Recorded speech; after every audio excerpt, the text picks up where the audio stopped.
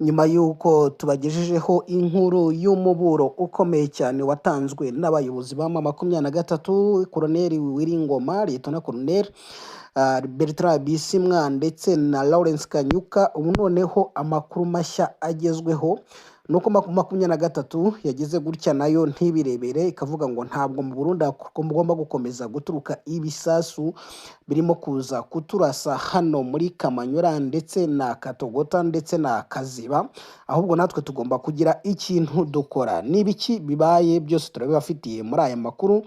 Turareba umusirikare ukomeye cyane w'u Burundi agize gutya aricwa, yishwe nande, yishwe na M23. Uwo ninde, biri buze gucura iki, byose turabibafitiye, tugiye kubigarukaho. U Burundi none buzanye n'indi strategy ikomeye cyane mu buryo bw'imirwanire, byose turabigarukaho.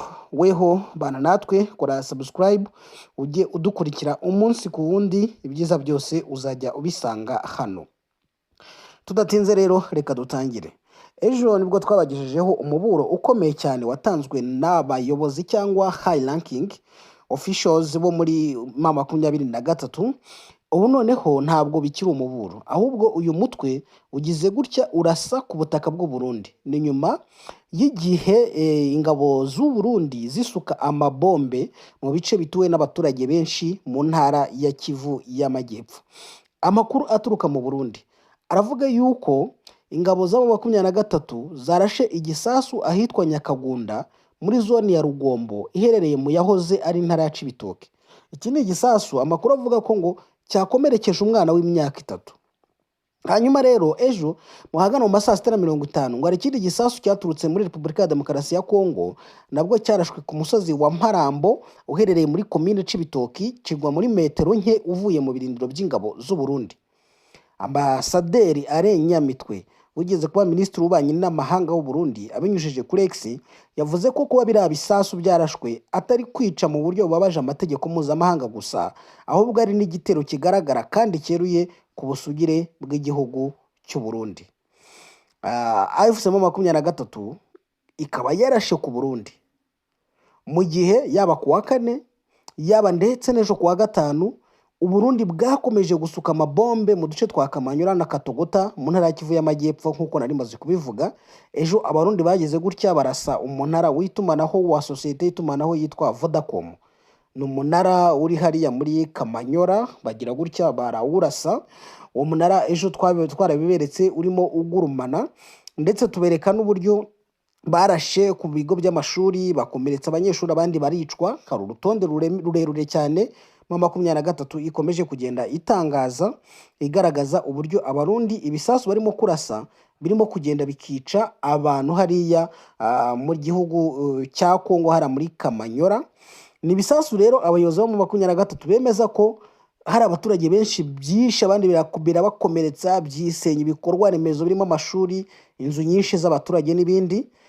Ibyo bisasu rero by'ingabo z'u Burundi muri turiya duce twombi kandi byatumye abaturage benshi bava mu byabo barahunga, bamwe bahunga berekeza mu mujyi wa Uvira, mu gihe abarenga magana ubungu barakisana bagera mu bihumbi bamaze guhungira mu gihugu cy'u Rwanda. Urumva rero M23 nayo yarakaye, irimo irasubiza u Burundi.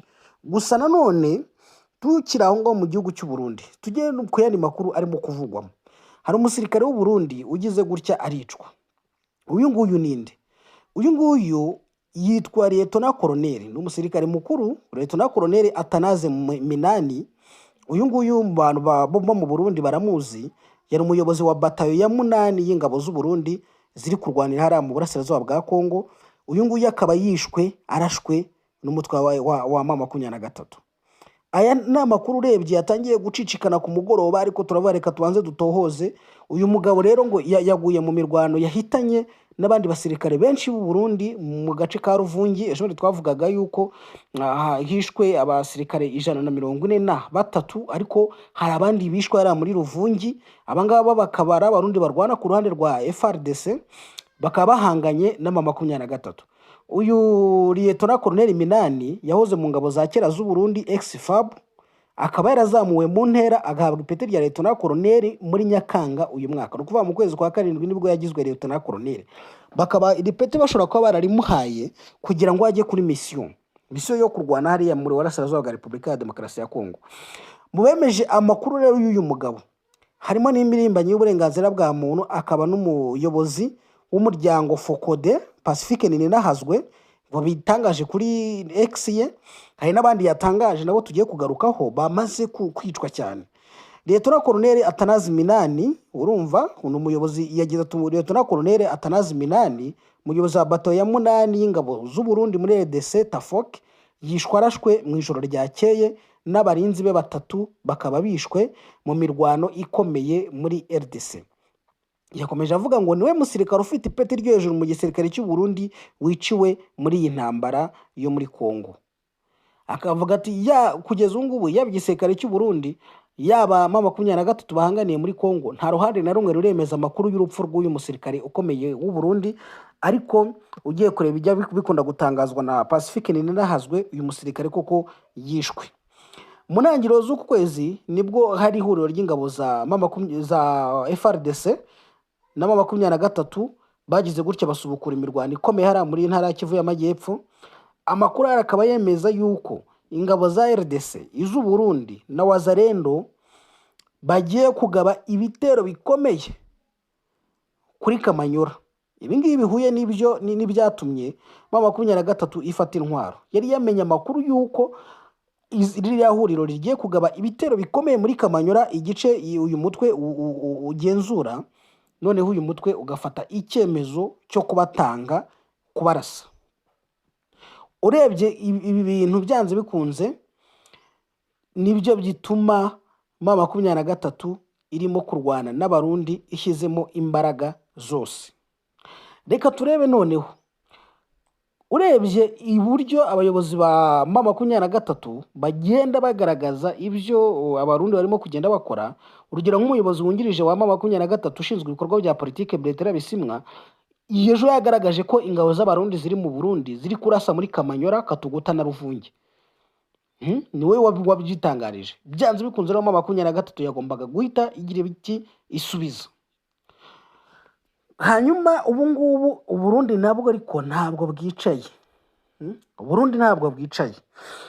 Uburundi buravugwa ko buri mu mugambi ukomeye wo gukora imyambaro isa n'impuzankano y'ingabo z'u Rwanda RDF, ndetse ngo n'imyambaro isa n'iya FARDC. Amakuru y'uwo mugambi yatanzwe namwe mu bakozi b'uruganda rukorera imyambaro mu Burundi rwitwa East African Textile Manufacturers. Kuwa 28 Ugushyingo nibwo uru ruganda rukorera mu mujyi wa Gitega rwatashywe na Perezida Evariste Ndayishimiye. Ubwo rero Ndayishimiye yatahaga uru ruganda, hamuritswe imyambaro yarukorewemo irimo n'igisirikare cy'u Burundi ndetse na polisi y'iki gihugu. Umwe mu bayobozi rero b'uru ruganda utifuje ko amazina ye yamenyekana, yatangaje radio RPA ni radio publique africaine, ko nubwo mu kwezi gushize aribwo ruganda rwafunguwe, rwo rwatangiye imirimo mu mezi 5 ashize, ndetse ku muri ayo mezi rwarimo rukora imyambaro rwihishwa. Uyu mukozi yavuze ko muri icyo gihe ibihumbi by'imyambaro ya gisirikare irimo isa n'iya RDF ndetse na FARDC yakozwe. RPA ikavuga ko ifite amakuru y'uko abakozi bakoraga ahakorewe iyo myambaro mbere yo kugera mu kazi babanzaga gusiga telefone zabo zigendanwa ku marembo. Ikindi bakaba ngo barafatiraga amafunguro aho bakorera, ndetse ngo bakaba baremererwaga gutaha ari uko bwije gusa. Nukuvuga ngo watanze aya makuru avuga ko iyo myambaro ari ibikorwa by'ibanga kugeza ubu hataramenyekana icyo bigamije cyangwa iyo myambaro ikizakoreshwa.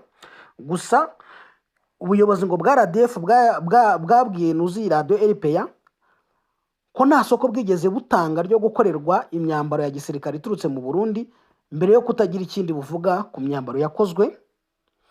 Hagati y'umuvugizi w'igisirikare cya Kongo General Major Sylvain Ekenge, ubwo yabazwaga niba hari imyambaro ingabo za RDC zaba zaratumije mu Burundi, yanze kubyemeza cyangwa ngo bihakane, avuga ko ibijyanye n'ibikoresho bitari mu bubasha bwe. Burundi rero buravuga ko gucura imyambaro isa n'ingabo z'u Rwanda mu gihe umubano w'ibihugu byombi maze umwaka hafi utifashe neza. U Rwanda rumaze igihe rudacana uwaka na Kongo, bityo kuba bakora iyi myambaro imeze gutya ngo hari ikintu gisa ngo no gushaka ngo kujijisha cyangwa kuba hari ibyaha bishobora gukorwa, ahubwo Burundi bukabyikuraho, ibyo byaha bikaba byagerekwa ku Rwanda, cyangwa ibyo byaha bikaba byagerekwa ku banyekongo, bo bagasa naho bagaragara nk'abere mu bijyanye n'iyi ntambara. reka rero iby'aya makuru dukomeze tubitohoze turebe n'aho birimo kugenda byerekeza mukomeze mugire ibihe byiza